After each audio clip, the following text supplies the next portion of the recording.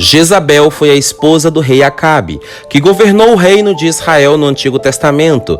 Acabe era considerado um rei horrível, o pior de todos os reis, de acordo com o livro de Reis. Ele reinou 22 anos, tempo suficiente para causar muita destruição. Superou todos os seus antecessores em maldade.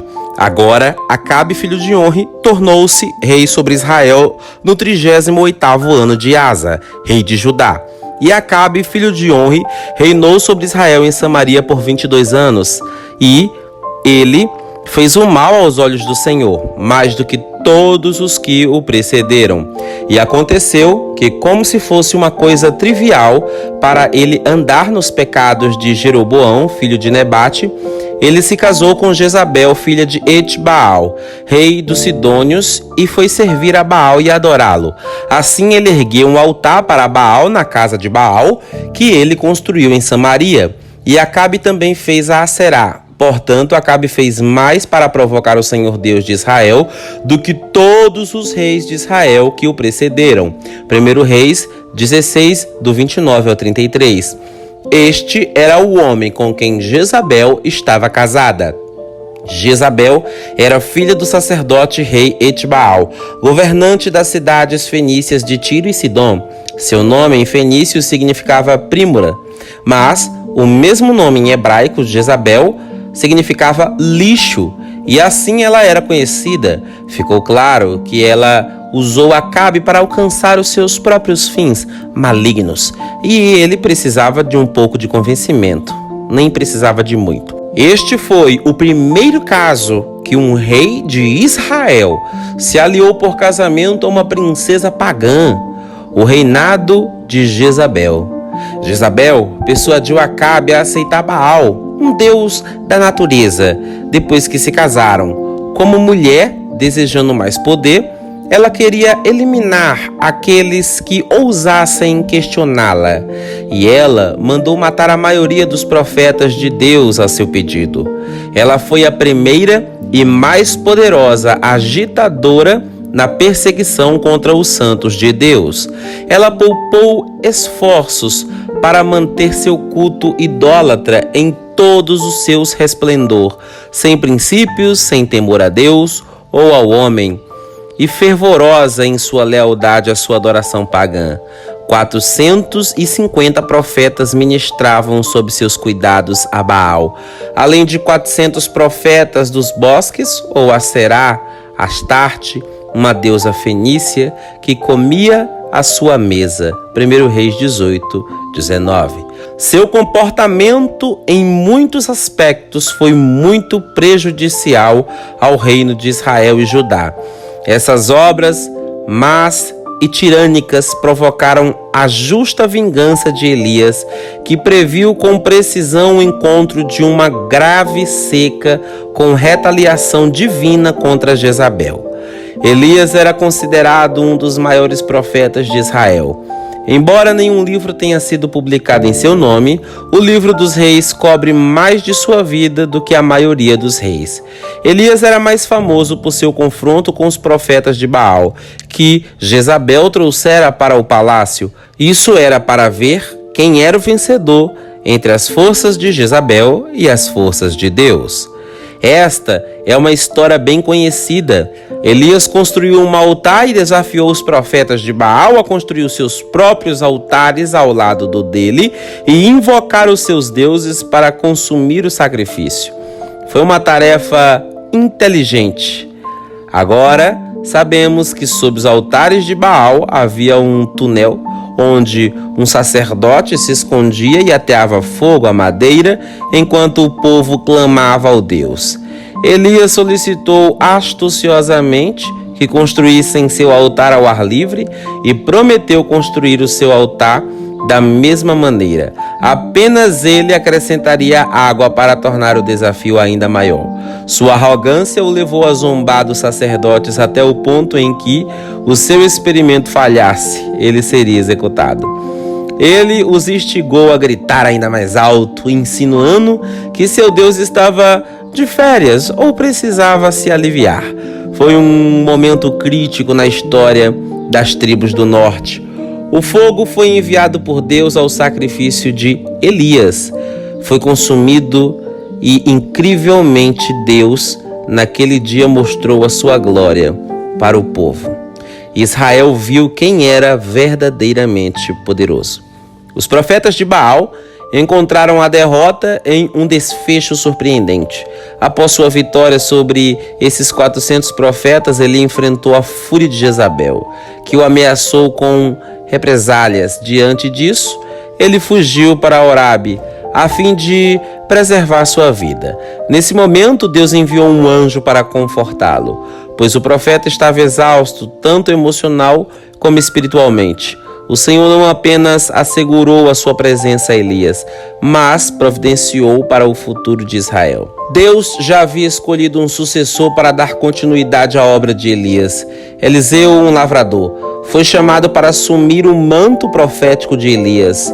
Ele almejou uma herança espiritual, buscando receber uma dupla porção do espírito de Elias, ansioso para ser o seu herdeiro e continuar a missão.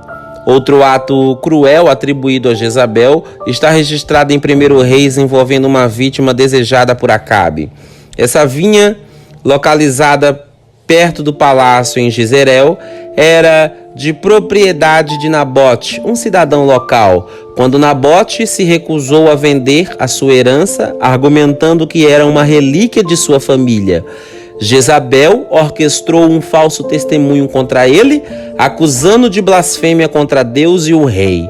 Isso culminou na lapidação de Nabote. Elias confrontou Acabe na vinha, profetizando sobre as consequências dos seus atos. Esse incidente revela a verdadeira natureza de Jezabel e o seu relacionamento com Acabe. Mais tarde ocorreu outro incidente envolvendo uma via pertencente a Nabote, o jezreelita. Essa história destaca a ganância de Acabe e a manipulação de Jezabel em busca dos seus interesses. Nas mensagens, ela decretou o seguinte: proclamem um período de jejum e coloquem Nabote à vista de todos. Entretanto, coloque 2 homens perversos diante deles, para testemunhar que ele amaldiçoou Deus e o rei. Em seguida, levem para fora, apedrejem-o até a morte. Os líderes e notáveis da cidade, seguindo as ordens por elas escritas, executaram precisamente como orientado. Eles anunciaram o jejum e posicionaram Nabote diante do povo.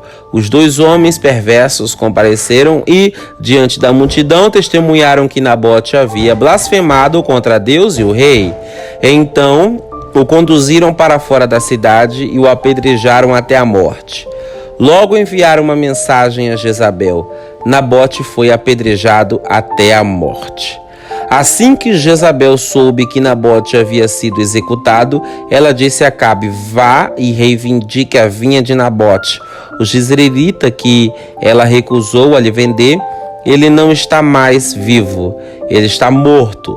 Quando Acabe recebeu a notícia da morte de Nabote, ele partiu para tomar posse da vinha que pertencia a Nabote. Nesse ponto, a palavra do Senhor veio a Elias, o tisbita, com as seguintes instruções: vá ao encontro de Acabe, o rei de Israel, que está em Samaria. Ele está na posse da vinha que pertencia a Nabote.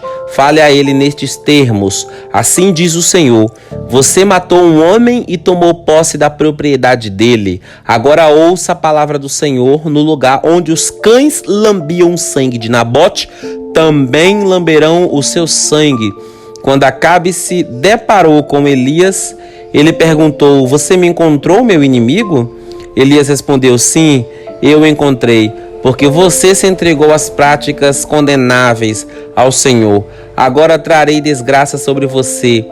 Varrei sua linhagem e exterminarei todos os homens de Acabe, tanto escravos quanto livres em Israel. Farei com que sua casa, o mesmo que fiz com a casa de Jeroboão, filho de Nebate, e com a casa de Baza, filho de Azias, porque você provocou a ira do Senhor e fez com que Israel pecasse. O Senhor também proferiu julgamento sobre Jezabel. Os cães devorarão o corpo de Jezabel no campo de Jezreel. Aqueles que forem a Acabe e morrerem na cidade serão alimento para os cães, enquanto aqueles que morreram no campo serão presa das aves dos céus. 1 Reis 21, do 1 ao 29. O reinado de Jezabel chegou ao fim de forma lamentável e a sua queda foi completa. Acabe encontrou seu fim em uma batalha contra os sírios poucos anos depois, enquanto Jezabel continuou a reinar por quase uma década adicional. Na cidade de Jezreel, o destino foi sombrio para os que pereceram. Os cães devoraram uns e as aves dos céus devoraram outros. Este episódio destaca o significado de Jezabel na Bíblia. Ela representou a primeira união de um rei de Israel com uma mulher pagã por meio do casamento, uma aliança que resultou em desastre notório. A história de Jezabel ecoou como a personificação da astúcia, malícia, vingança e crueldade. Quando Jeú se aproximou de Jezreel, a notícia chegou aos ouvidos de Jezabel. Em resposta, ela se adornou, preparando-se para observar pela janela. Quando Jeú entrou no portão da cidade, ela o inquiriu: "Tudo está bem, Zine, teu senhor?" Jeú olhou para cima na direção da janela e perguntou: "Quem está do meu lado? Quem está comigo?" Neste momento, 2 ou 3 oficiais viram a cena. Jeú deu a ordem: "Jogue-na para fora." E assim fizeram. Algumas gotas de seu sangue respingaram na parede e nos cavalos, que a pisotearam. Posteriormente, Jeú entrou e saciou sua fome e sede, instruindo: "Cuidem dela, pois ela é uma filha do rei." Prepararam-lhe então o funeral de Jezabel, mas o que restou foi apenas o seu crânio, pés e palmas da mão. A notícia foi trazida de volta a Jeú, que declarou: "Isso é a palavra do Senhor conforme anunciada por seu servo Elias, o tisbita. No pedaço de terra de Jezreel, os cães devorarão a carne de Jezabel." 2 Reis 9, 30 ao 36. Assim, Jezabel tornou-se um ícone da maldade, personificando traços de crueldade, ganância e vaidade. Assim terminou o reinado e a vida de Jezabel, uma das figuras mais infames da Bíblia, lembrada por sua maldade, idolatria e crueldade. Ela é frequentemente citada como um exemplo negativo e uma advertência sobre a corrupção espiritual. Espero que eu tenha agregado valor na sua vida e que você tenha se aprofundado mais na palavra do Senhor. Não esqueça de deixar o seu curtir e de se inscrever no canal para ficar por dentro de tudo o que é postado aqui para sua comunhão com Deus. Um abraço. Qualquer dúvida, coloque nos comentários que eu estarei respondendo. Até a próxima e que Deus os abençoe.